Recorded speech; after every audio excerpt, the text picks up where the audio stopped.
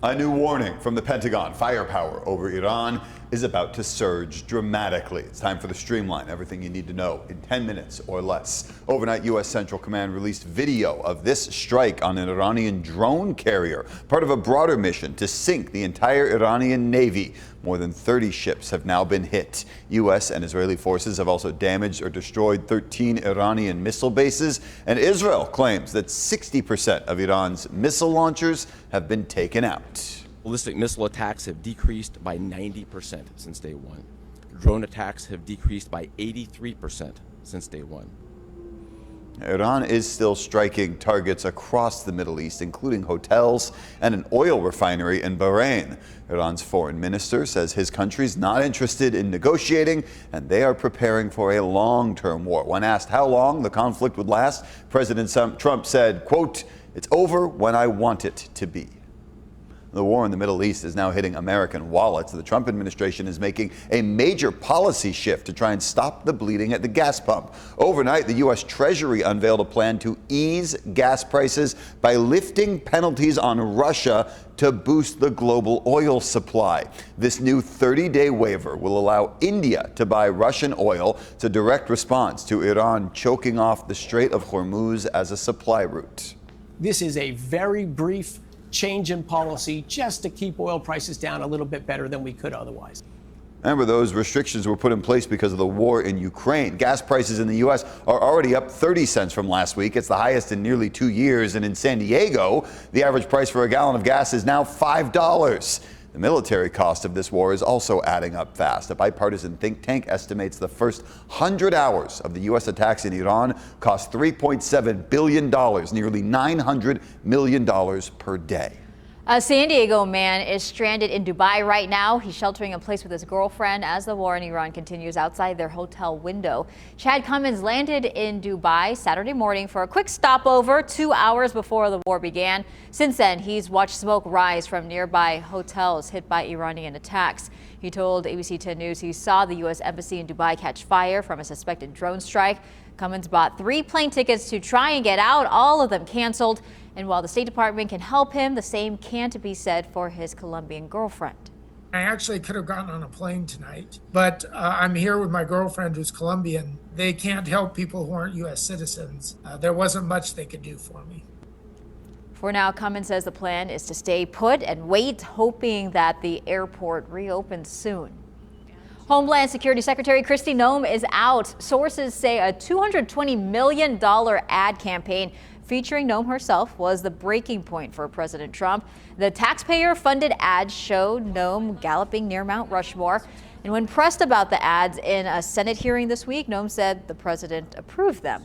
The president approved ahead of time you spending $220 million running TV ads across the country in which you are featured prominently. Yes, sir. We went through the legal processes, did it correctly. Did the president worked know with you were going to do OMB. this? Yes.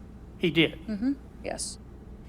Overnight, Trump said, quote, "I spent less money than that to become president. I didn't know about it." Trump is now nominating Oklahoma Senator Markwayne Mullin to replace her. He's a former mixed martial artist, business owner, and member of the Cherokee Nation. Trump said Noem isn't being fired, but rather he's appointing her special envoy for a new security initiative involving a coalition of Latin American countries.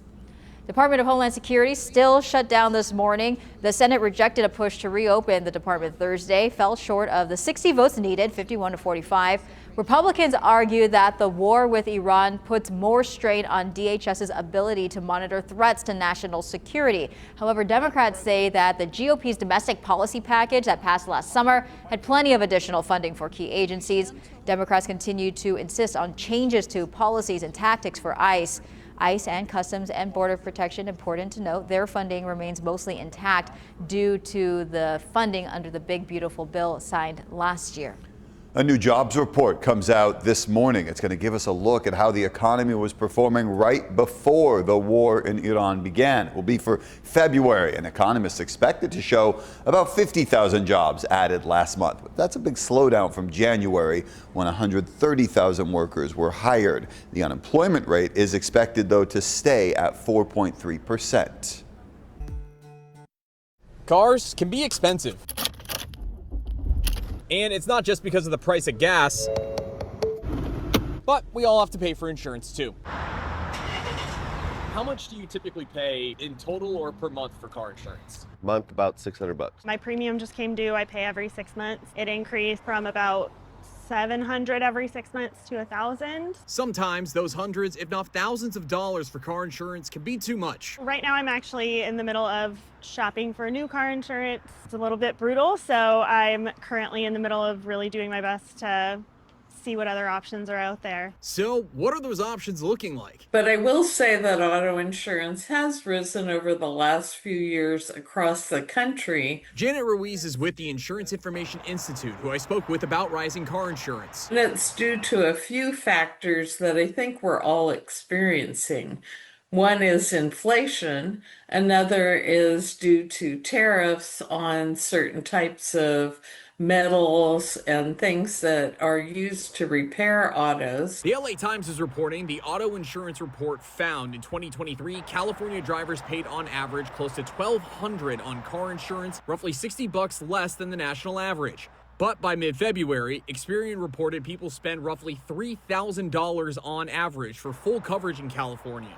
That is $94 more than the national average. If we look into the most recent crash data from Caltrans, we see that crash rates normalized by vehicle miles traveled have significantly increased in 2023. Pihram Wali is an associate professor from UC San Diego. He also tells me another impact with rising rates is a state law that raised the minimum liability limits for drivers at the start of 2025, which doubled for injury and tripled for property damage. So this is kind of a major floor shift, which perhaps increased the insurance cost for millions of Californians overnight. A couple of things that Ruiz tells me people can do to get a lower price, aside from driving safer and shopping around, are pay a little higher deductible. And think about maybe not having comprehensive and collision coverage if your car isn't worth a lot.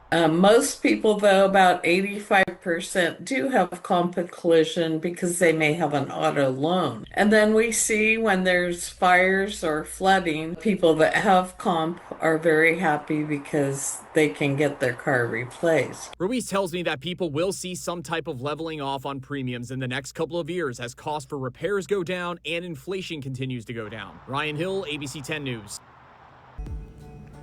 Okay, we have a new spelling bee champ. That is 8th grader Benjamin Reinhardt. He took the top spot at the Scripps Regional Spelling Bee yesterday. He attends Maranatha Christian School, outlasted 77 other kids who competed over 23 grueling rounds. His winning word was kenosis. The Merriam-Webster Dictionary defines it as the relinquishment of divine attributes by Jesus Christ in becoming human.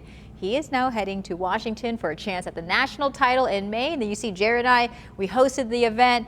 Whew, it was exciting. It was thrilling. There was just so many emotions there until it was Ben stressful. Finally won. Yes, it was stressful. Watching the parents was also very stressful. But congratulations to him. He did such a good job. And that is your ABC 10 News Streamline. Everything you need to know today in under 10 minutes.